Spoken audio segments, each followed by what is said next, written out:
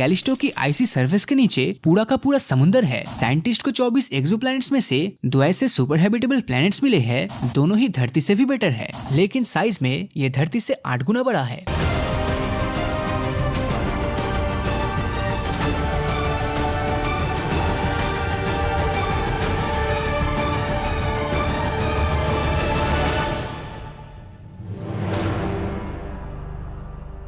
हमारे solar system में ही एक ऐसा प्लेनेट मौजूद है जिस पर रहने की कंडीशन धरती से भी बेटर है, पर इसके बावजूद कोई इसको नोटिस तक नहीं कर रहा। इसका नाम है कैलिस्टो, जो कि जुपिटर का सेकंड लार्जेस्ट मून है। और इस इमेज के अंदर आप जिस व्हाइट चीज को देख रहे हो वो असल में कैलिस्टो पर मौजूद बर्फ ही है। शुरुआत में तो इसे सोलर सिस्टम की एक डेड इनएक्टिव रॉकी बॉडी घोषित किया गया था, पर 1990s में साबित हो गया कि कैलिस्टो की आइसी सरफेस के नीचे पूरा का पूरा समुंदर है, जिसका इस्तेमाल जल्दी रॉकेट प्रोपेलेंट्स बनाने के लिए किया जाने वाला है। एस्ट्रोनॉमर्स ने कैलिस्टो के ऊपर एक एटमॉस्फेयर को भी डिटेक्ट किया है और उनका अंदाजा है कि अगर जुपिटर से आ रही रेडिएशन को रोक दिया जाए तो इंसान जुपिटर की इस चांद पर बहुत ही आसानी से सांस भी ले पाएगा। हमारी करंट अंडरस्टैंडिंग के हिसाब से देखें तो फिलहाल धरती ही यूनिवर्स का इकलौता ऐसा प्लेनेट है जहाँ पर लाइफ एग्जिस्ट करती है, लेकिन पिछले समय साइंटिस्ट ने यूनिवर्स के अंदर कुछ ऐसे हैबिटेबल प्लैनेट्स खोज निकाले जो न सिर्फ सभी मायनों में हमारी धरती से बेटर है, बल्कि इन पर जाने के बाद आपको बिल्कुल किसी सुपर ह्यूमन वाली फीलिंग आएगी। 5 अक्टूबर 2020 को एस्ट्रोबायोलॉजिस्ट DS मकुच ने एक नए मिशन की शुरुआत की, जिसके तहत उन्होंने ऐसे प्लैनेट्स को अपना टारगेट बनाया जो सभी मायनों में धरती से बेटर थे। और आप यकीन नहीं करोगे कि उन्हें ऐसे प्लैनेट्स भी मिले जो 1 या 2 नहीं बल्कि पूरे के पूरे 24 थे। इन सुपर हैबिटेबल प्लैनेट्स को खोजने के लिए मकुच और उनकी टीम ने एक अलग ऑब्जर्वेशन करने का डिसाइड किया, जिसके लिए उन्होंने क्राइटेरिया की एक लिस्ट बनाई और जो भी प्लैनेट क्राइटेरिया की उस लिस्ट को फॉलो कर रहा था तब इसका सीधा सा मतलब था कि वो सुपर हैबिटेबल प्लैनेट है। जब भी कोई प्रॉपर प्लैनेटरी सिस्टम मिलता है तब उसमें सबसे पहला काम होता है वो प्लैनेट और उसके होस्ट स्टार के बीच के डिस्टेंस को मेजर करना, क्योंकि इससे ही हमें पता चल जाता है कि वो प्लैनेट अपने हैबिटेबल जोन में है या नहीं, और अगर है तो उस पर कितना वाटर परसेंटेज होगा। हैबिटेबल प्लैनेट्स खोजने के अगले क्राइटेरिया की बात करें तो वो है size and mass of planets, क्योंकि किसी भी प्लैनेट का मास और साइज लाइफ को इवॉल्व होने में इन्फ्लुएंस कर सकता है। अब जितना प्लैनेट का साइज होगा उतनी ही ज्यादा जगह मौजूद होगा इंसानों के रहने के लिए,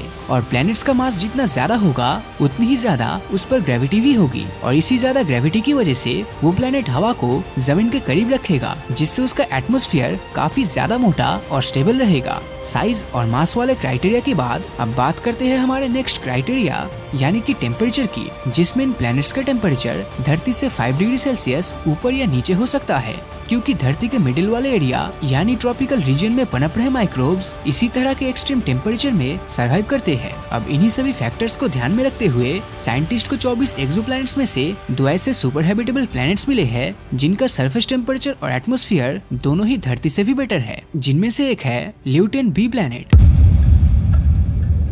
इस प्लेनेट को 2017 में पहली बार ऑब्जर्व किया गया था। तब पता चला कि इस पर न सिर्फ पानी है बल्कि किसी भी लाइफ फॉर्म के जिंदा रहने के लिए सभी जरूरी चीजें जैसे कि हाइड्रोकार्बन्स और अमाइनो एसिड्स भी भारी मात्रा में मौजूद है। ये प्लेनेट इंसानों के रहने के लिए इतना अच्छा है कि रिसर्च के मुताबिक इसके परफेक्शन के पीछे किसी एलियन का हाथ बताया जाता है। और इसी पॉसिबिलिटीज को देखते हुए अक्टूबर 2017 और 18 में मेटी नाम की ऑर्गेनाइजेशन ने इस प्लेनेट पर कई मैसेजेस भेजे हैं, जिनमें से एक मैसेज में अलग अलग म्यूजिकल इंस्ट्रूमेंट की आवाज और दूसरे मैसेज के अंदर यूनिवर्स में हमारी लोकेशन का साइंटिफिक ट्यूटोरियल है, जिससे कि अगर ल्यूटेन B पर इंटेलिजेंट लाइफ मौजूद हुई तब हमें उसके बारे में एक न एक दिन जरूर पता चलेगा। अब अगला सुपर हैबिटेबल एरिया है ट्रैपिस्ट स्टार सिस्टम। कहा जाता है धरती के रेगिस्तान में जितने मिट्टी के कण है उतने ही स्टार्स पूरे ब्रह्मांड में मौजूद है। अब अगर सितारे ही इतने हैं तो सोचिए प्लैनेट्स कितने होंगे, और इतने अरबों खरबों प्लैनेट्स में सिर्फ हमारी धरती पर ही लाइफ एग्जिस्ट करती है, ऐसा होना तो लगभग नामुमकिन सा लगता है। हमारी धरती से करीब 39 लाइट ईयर दूर एक ऐसा स्टार सिस्टम मौजूद है जहां 1 या 2 नहीं बल्कि पूरे 7 धरती जैसे प्लैनेट्स अपने स्टार का चक्कर लगा रहा है, और इनमें से 3 प्लैनेट्स अपने हैबिटेबल जोन में ऑर्बिट कर रहा है। ट्रैपिस्ट 1 नाम की स्टार सिस्टम की डिस्कवरी पहली बार साल 2017 में की गई थी। इसके प्लैनेट्स धरती से भी ज्यादा पुराने हैं, मतलब कि इन प्लैनेट्स पर जो लाइफ होगी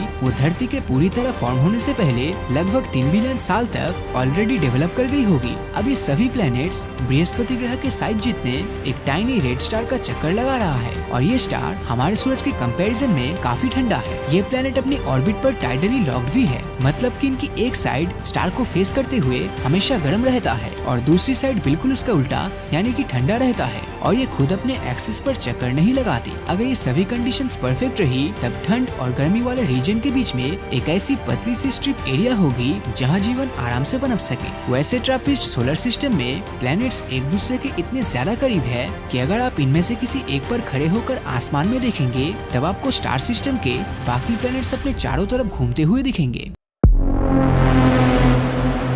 TOI स्टार सिस्टम। इस स्टार सिस्टम में दो प्लैनेट्स इसके हैबिटेबल जोन में आता है, जो कि है TOI 700d और TOI 700e।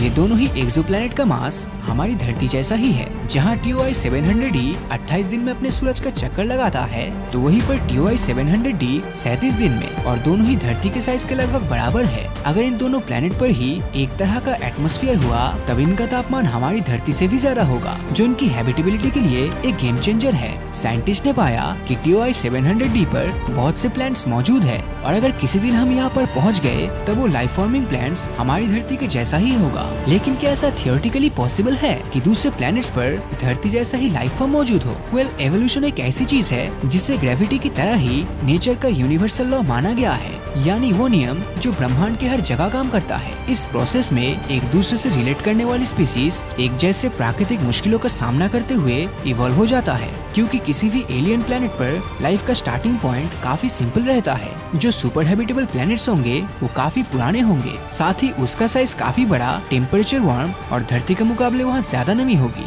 ये प्लैनेट्स ऐसे स्टार्स को ऑर्बिट कर रहे होंगे जो हमारे सूरज से भी ज्यादा पुराने हैं, और उनका लाइफ स्पैन भी सूरज से लंबा होगा। ऐसा माना जाता है कि हमारा सूरज करीब 10 बिलियन सालों तक एग्जिस्ट करेगा, और जब बात धरती पर मौजूद लाइफ की आती है तब धरती पर कॉम्प्लेक्स लाइफ फॉर्म होने में करीब 4 बिलियन साल लगे। हालांकि कुछ स्टार्स ऐसे हैं जिनकी लाइफ हमारे सूरज से भी ज्यादा लंबी है, जिसके चलते इनके प्लैनेट्स पर लाइफ को इवॉल्व होने का ज्यादा समय मिल जाता है। तो अब सवाल आता है कि आखिर हम इन प्लैनेट्स में एलियन लाइफ को ढूंढेंगे कैसे? इसके लिए सबसे पहले हमें के स्टार्स को ढूंढना होगा, जिन्हें सिंपल वर्ड्स में रेड ड्वार्फ भी कहा जाता है। रेड ड्वार्फ बाकी स्टार्स के मुकाबले काफी ठंडे होते हैं और इनकी ल्यूमिनोसिटी यानी कि रोशनी भी काफी कम होती है। साथ ही साथ ये 20 से 70 बिलियन सालों तक वजूद में रहते हैं। अगर हम धरती से कंपेयर करें तो रेड ड्वार्फ को ऑर्बिट करने वाले किसी प्लैनेट पर अगर लाइफ मौजूद है तब उसको इवॉल्व और एडाप्ट होने में धरती से भी ज्यादा समय मिल गया होगा, और इसकी आइडियल एज भी लगभग 5 से 8 बिलियन साल होगी। मतलब हो सकता है कि आज की तारीख में जिस प्लैनेट पर लाइफ का नामो निशान नहीं है, वहाँ आज से लाखों करोड़ों साल बाद एलियंस रहने लगे,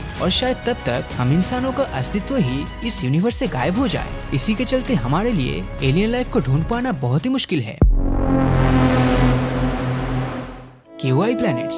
इन दो प्लैनेट्स का नाम है KOI 5715.01 और KOI 5554.01। अब ये दोनों ही लाइफ के एवोल्यूशन के लिए बिल्कुल परफेक्ट है। पहले प्लैनेट KOI 5715.01 का सरफेस टेम्परेचर धरती के मुकाबले सिर्फ 2.4 डिग्री सेल्सियस ही कम है, लेकिन साइज में ये धरती से 8 गुना बड़ा है, जिसका मतलब इसका लैंड सरफेस एरिया और ग्रेविटी धरती से काफी ज्यादा होगी। अब अगर पानी की बात की जाए तो इसके खुद के सूरज और प्लैनेट्स के बीच की दूरी के अकॉर्डिंग यहाँ बहुत सारा पानी मौजूद तो जरूर होना चाहिए। दूसरे प्लैनेट का टेम्परेचर 27 डिग्री सेल्सियस है, जो आपको एसी में रहने जैसा फीलिंग देगा। तो इससे एक बात तो क्लियर है कि कंफर्ट के मामले में ये प्लैनेट हमारे लिए परफेक्ट है। अब यहाँ जमीन के टेक्टोनिक प्लेट्स की हलचल की वजह से नाइट्रोजन साइकिल कंटिन्यूअसली चलती रहती है। अब आप बोलोगे कि नाइट्रोजन से लाइफ फॉर्म थोड़ी ना होगा, बिकॉज हम में से ज्यादातर लोगों को लगता है कि धरती पर ऑक्सीजन ज्यादा होना मोस्ट इम्पोर्टेंट है, पर सच तो ये है कि धरती पर सबसे ज्यादा नाइट्रोजन है। यहाँ तक हवा में भी 78% सिर्फ नाइट्रोजन ही है, और यही नाइट्रोजन प्रोटीन और डीएनए जैसे केमिकल फॉर्म में कन्वर्ट होती है, जो हम इंसानों के रहने के लिए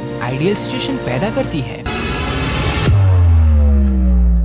टी गार्डन भी, इसको सुपर अर्थ भी कहा जाता है। ये अब तक खोजा गया मोस्ट अर्थ लाइक प्लैनेट्स है, और अगर इसका एटमॉस्फेयर बहुत हद तक धरती जैसा हुआ तब इसका सरफेस टेम्परेचर भी करीब 28 डिग्री सेल्सियस जितना ही होगा। मतलब कि हम इंसानों के रहने के लायक है, और इस प्लैनेट का सूरज भी हमसे सिर्फ 12.4 लाइट ईयर दूर है। धरती से 1800 लाइट ईयर दूर सिग्नस कॉन्स्टेलेशन में स्थित एक ऐसा ही एक्सोप्लैनेट है केपलर 452b। ये एक्सोप्लैनेट 385 दिनों में अपने स्टार को एक बार रिवॉल्व करता है, और इसका एवरेज टेम्परेचर करीब करीब 1.6 डिग्री सेल्सियस है। साइंटिस्ट का मानना है कि इसकी सरफेस पर लिक्विड वाटर एग्जिस्ट करता है और शायद यहाँ पर हम जैसे जिंदा जीव रह रहे होंगे, पर इसकी ग्रेविटी शायद हमारे इस सपने को तोड़ दे। केपलर 452b धरती से 60% ज्यादा मैसिव है, जिसके कारण इसकी ग्रेविटी काफी ज्यादा है। अब इतनी हाई ग्रेविटी में जीवों का जमीन पर रह पाना तो बिल्कुल भी पॉसिबल नहीं लगता, लेकिन इसके एटमॉस्फेयर की हाई डेंसिटी को देखते हुए पॉसिबिलिटीज है कि यहाँ हवा में उड़ने वाले जीवों की भरमार हो। आर्टिफिशियल इंटेलिजेंस के द्वारा प्रोड्यूस की गई सिमुलेशन की माने तो वहाँ हवा में उड़ने वाली विशाल स्टिंग्रेज हो सकती है और बैलून की साइज के बीटल्स भी हो सकते हैं। अगर हम इंसान इस एक्सोप्लैनेट पर जाते हैं तो शायद वहाँ पर हम सस्टेन न कर पाए, क्योंकि इसकी एक्स्ट्रा ग्रेविटी के कारण हमारी हार्ट बीट डबल स्पीड से चलेगी। हार्ट पर ज्यादा स्ट्रेस पड़ने के कारण ब्लड प्रेशर भी ऑलमोस्ट डबल हो जाएगा और स्ट्रोक के आने का खतरा और भी ज्यादा बढ़ जाएगा। अब बात करते हैं अगली 667 सीसी की। ये धरती से 24 लाइट ईयर दूर स्कॉर्पियस कॉन्स्टेलेशन में स्थित है और ट्रिपल स्टार सिस्टम वाले रेड ड्वार्फ के अराउंड रिवॉल्व करता है। हमारे ग्रह से 1.5 टाइम्स बड़ा ये एक्सोप्लैनेट अपने स्टार के साथ टाइडली लॉक्ड है, जिस वजह से इसकी एक साइड हमेशा स्टार की ओर रहती है और दूसरी साइड पर रोशनी का नामो निशान नहीं पहुंचता, जिसका नतीजा ये होता है कि एक और रेगिस्तान से भी ज्यादा गर्मी होती है और दूसरी ओर साल भर एंटार्क्टिका की तरह बर्फ जमने वाली सर्दी होती है। ये दोनों साइड जिस लाइन पर मिलती है उसे ट्वाइलाइट जोन कहा जाता है और यहाँ का टेम्परेचर रहने लायक हो सकता है। एसीबो की यूनिवर्सिटी ऑफ पोर्टो रिको के रिसर्च का कहना है कि यहाँ का टेम्परेचर 27 डिग्री सेल्सियस तक हो सकता है और यहाँ पर लिक्विड वाटर की प्रेजेंस भी पॉसिबल है। एआई सिमुलेशन यहाँ पर पेंटापॉड्स की प्रेजेंस का अंदाजा लगाता है। ये 5 पैरों वाले स्पाइडर जैसे जीव डॉग के साइज के होंगे और गर्म इलाकों में रॉक्स के नीचे छिपे बीटल्स का शिकार करते होंगे। पर सवाल है कि क्या हम इंसान ग्ली 667 सीसी के ट्वाइलाइट जोन में रह सकते हैं? इसका जवाब हाँ भी है और नहीं भी। अगर बात कुछ दिनों की है तो हम आराम से यहाँ पर रह पाएंगे, लेकिन ये एक्सोप्लैनेट अपनी यूनिक ऑर्बिट के कारण टाइडली हीटिंग शो करता है। होता कुछ यूँ है कि इसकी ग्रेविटेशनल एनर्जी थर्मल एनर्जी में कन्वर्ट हो जाती है। इससे प्लेनेट का इंटीरियर हीट होता है और वोल्केनोस और गीजर्स एक्टिव हो जाते हैं। इस कारण से सरफेस का टेम्परेचर अचानक से बहुत हाई चला जाता है और शायद हम इंसान इतने टेम्परेचर में सर्वाइव न कर पाए। अब मैं आपको ले जाने वाला हूँ धरती से 36.7 लाइट ईयर दूर बूटस कॉन्स्टेलेशन के ब्राइटेस्ट स्टार अरेक्टोरस के सैर पर। ये एक रेड जायंट स्टार है और इसकी ब्राइटनेस हमारे सूरज से 100 गुना ज्यादा है। अपनी करंट टेक्नोलॉजी से हम अरेक्टोरस के अराउंड कोई भी एक्सोप्लैनेट खोजने में नाकाम रहे हैं, पर एआई सिमुलेशन के अनुसार एक समय यहाँ पर धरती जैसा एक प्लेनेट एग्जिस्ट करता था। साइंटिस्ट ने इसको आर्कटोरस से नाम दिया है। जब आर्कटोरस एक रेड जायंट स्टार बना तो ये एक्सोप्लैनेट रेगिस्तान में बदल गया और स्टार के अंदर ही समा गया। अगर उस समय आर्कटोरस ए पर कोई एलियन सिविलाइजेशन रहती होगी तो शायद उसने इस कैटास्ट्रॉफी को पहले से ही प्रेडिक्ट कर लिया था और वो अपने आप को इससे बचाने के लिए इतनी एडवांस्ड भी बन चुकी होगी। हो सकता है वो एडवांस्ड सिविलाइजेशन आज भी आर्कटोरस ए पर विशाल ग्लास डोम्स के अंदर रहती हो। ऐसे ग्लास डोम्स के अंदर हजारों प्लैनेट्स लगे हुए होंगे जो वहाँ के जीवों के लिए पानी और ग्लूकोज का फॉर्मेशन करेंगे। ये जीव कुछ हद तक ऑक्टोपस की तरह होंगे जिनमें दिमाग तो होगा पर बॉडी के नाम पर सिर्फ नर्वस सिस्टम होगा।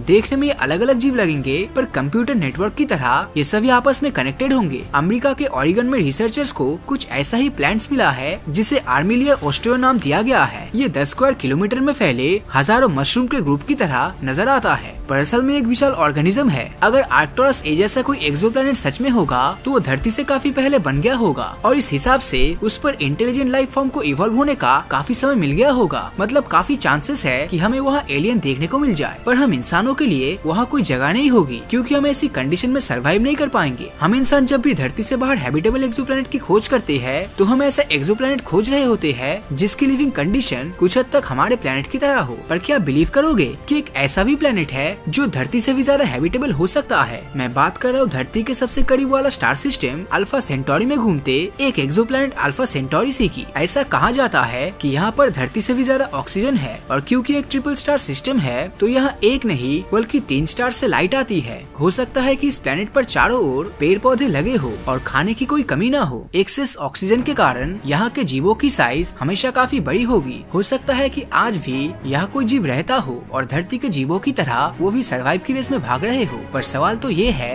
कि क्या हम इंसान इस प्लेनेट को अपना फ्यूचर होम बना सकते हैं? एआई सिमुलेशंस और साइंटिफिक स्टडी में ये पाया गया है कि लाइफ की पॉसिबिलिटीज के लिए ये प्लेनेट धरती से भी बेहतर होना चाहिए। यहाँ का टेम्परेचर इंसानों के लिए ऑप्टिमम होगा और यहाँ पर लिक्विड वाटर की प्रेजेंस भी होगी। पर ट्रिपल स्टार सिस्टम में होने के कारण यहाँ के सीजन चेंजेस बहुत ही एक्सट्रीम लेवल का मौसम ला सकता है। जैसे यहाँ गर्मियों के मौसम में तापमान 60 डिग्री सेल्सियस को टच कर सकता है और सर्दियों के मौसम में ये -90 डिग्री तक पहुँच जाता है। इतना एक्सट्रीम टेम्परेचर हमें धरती पर 1000 सालों में एक बार ही देखने को मिलता है। चाहे सहारा के गर्म रेगिस्तान हो हो या अंटार्कटिका का बर्फीला मैदान, हम इंसानों ने हर जगह अपनी प्रेजेंस बनाई है और हम स्पेशल इक्विपमेंट्स की मदद से अल्फा सेंटोरी सी पर भी जरूर सरवाइव कर लेंगे। साल 2005 में साइंटिस्ट के पास सैटर्न के मून टाइटन से एक ऐसा सिग्नल आता है जो इस बात की ओर इशारा करता है कि हमारे सोलर सिस्टम में हम इंसानों के अलावा भी कोई और एलियन लाइफ मौजूद है। इस सिग्नल में कुछ ऐसा था जिससे साइंटिस्ट को टाइटन पर वाटर, हाइड्रोजन, मीथेन और नाइट्रोजन साइकिल होने के सबूत मिले। और ये सारी चीजें कोई नॉर्मल बात नहीं है, क्योंकि ये चीजें वही है जिनके कारण आज धरती पर भी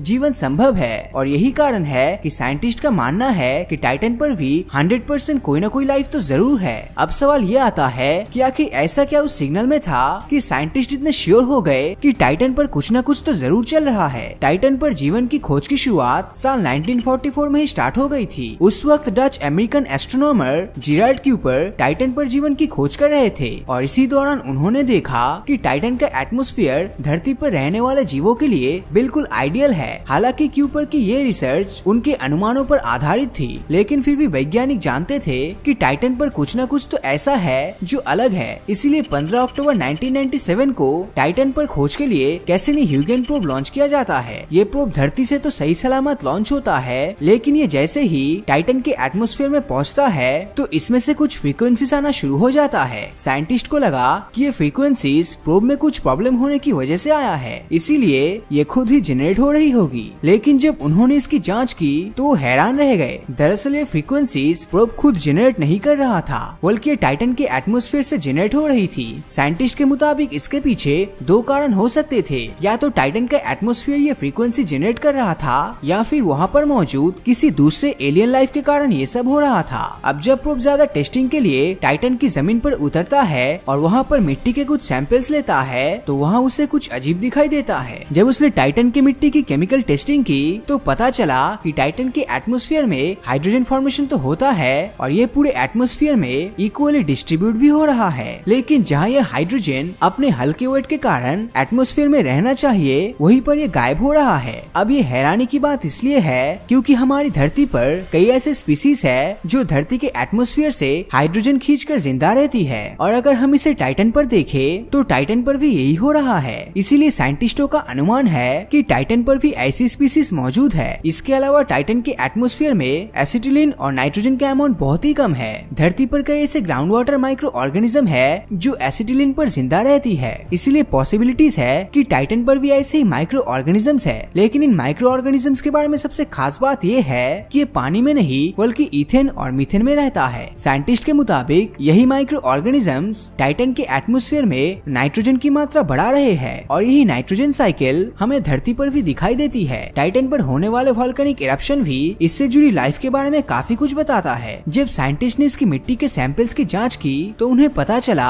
कि टाइटन पर होने वाले वोल्केनिक इरप्शन में गर्म दहकता हुआ लावा नहीं बल्कि बर्फ जैसी ठंडी अमोनिया और मीथेन निकलती है, और ये दो सब्सटेंसेस ऐसे हैं जो किसी भी लाइफ की उत्पत्ति के लिए बहुत जरूरी होता है। वैज्ञानिकों को इस बात पर बहुत ही विश्वास है कि टाइटन पर भी लाइफ है। हालांकि ये लाइफ ऑक्सीजन पर नहीं बल्कि मीथेन पर सर्वाइव करती है। टाइटन पर लाइफ है या नहीं इस बात को लेकर साइंटिस्ट अभी तक श्योर नहीं है, लेकिन सवाल ये आता है कि क्या होगा अगर टाइटन पर किसी और प्लेनेट से कोई और लाइफ सेंड किया जाए तो क्या वो वहाँ पर सर्वाइव कर पाएगा। टाइटन एक ऐसा मून है जिसके कई कंडीशंस धरती से मैच करता है। जैसे धरती के एटमॉस्फेयर में पानी के ऐसे छोटे ड्रॉप्स है जो इसका कॉस्मिक रेडिएशन से बचाव करता है, ठीक उसी तरह टाइटन के एटमॉस्फेयर में भी इथेन और मीथेन इसका कॉस्मिक रेडिएशन से बचाव करता है, जिस कारण यहाँ पर रहने वाली लाइफ को प्रोटेक्शन मिलता है। टाइटन के एटमॉस्फेयर में लाइफ के लिए जरूरी ऑक्सीजन ही एकमात्र ऐसा सब्सटेंसेस है जो मौजूद नहीं है, लेकिन इसका भी एक सोल्यूशन है। टाइटन की जमीन के नीचे आइसी वाटर्स है और इलेक्ट्रोलाइसिस की मदद से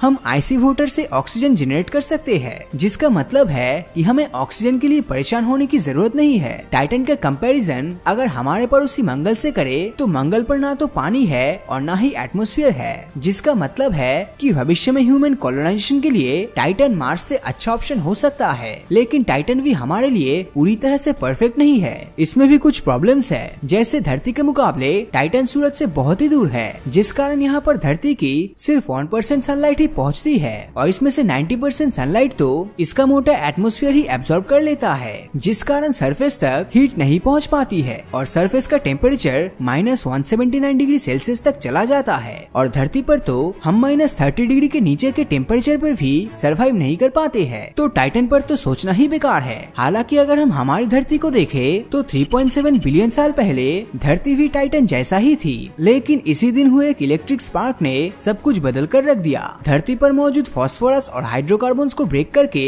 इन्हें आरएनए में कन्वर्ट किया और आरएनए कंबाइंड होकर डीएनए में कन्वर्ट हुआ, जिससे एक यूनिसेलुलर ऑर्गेनिज्म की उत्पत्ति हुई और फिर यही यूनिसेलुलर कंबाइंड होकर मल्टीसेलुलर बने और फिर आगे चल के यही से इंसानों की उत्पत्ति हुई। अब अगर देखा जाए तो टाइटन की हालत भी धरती के शुरुआती कंडीशन जैसा ही है, इसलिए इस बात की पॉसिबिलिटीज काफी ज्यादा है कि फ्यूचर में टाइटन पर भी कुछ ऐसा होगा जो यहाँ पर लाइफ के एग्जिस्ट करने में मदद करेगा। हालांकि टाइटन में कुछ ऐसे चेंजेस हो रहा है जिनके कारण देखने पर ऐसा लगता है कि टाइटन फ्यूचर में खत्म हो सकता है और इसे इतना टाइम नहीं मिलेगा कि यहाँ पर लाइफ एग्जिस्ट कर सके। फ्यूचर में क्या होगा ये तो किसी को नहीं पता, लेकिन आपको क्या लगता है, क्या टाइटन पर कोई लाइफ है और क्या इंसान कभी टाइटन पर रह पाएगा या नहीं? अपनी राय नीचे कमेंट करके जरूर बताएं। और अगर ये वीडियो आपको अच्छा लगा हो तो इस वीडियो को लाइक और अपने दोस्तों के साथ शेयर करना मत भूलना। और अगर अभी तक आपने हमारे चैनल को सब्सक्राइब नहीं किया है तो सब्सक्राइब करके नोटिफिकेशन बेल को ऑन कर दीजिए, क्योंकि मैं ऐसी वीडियोस हर हफ्ते लाता रहता हूँ। तो मिलता हूँ आपसे अगले वीडियो में और हमेशा की तरह थैंक्स फॉर वॉचिंग।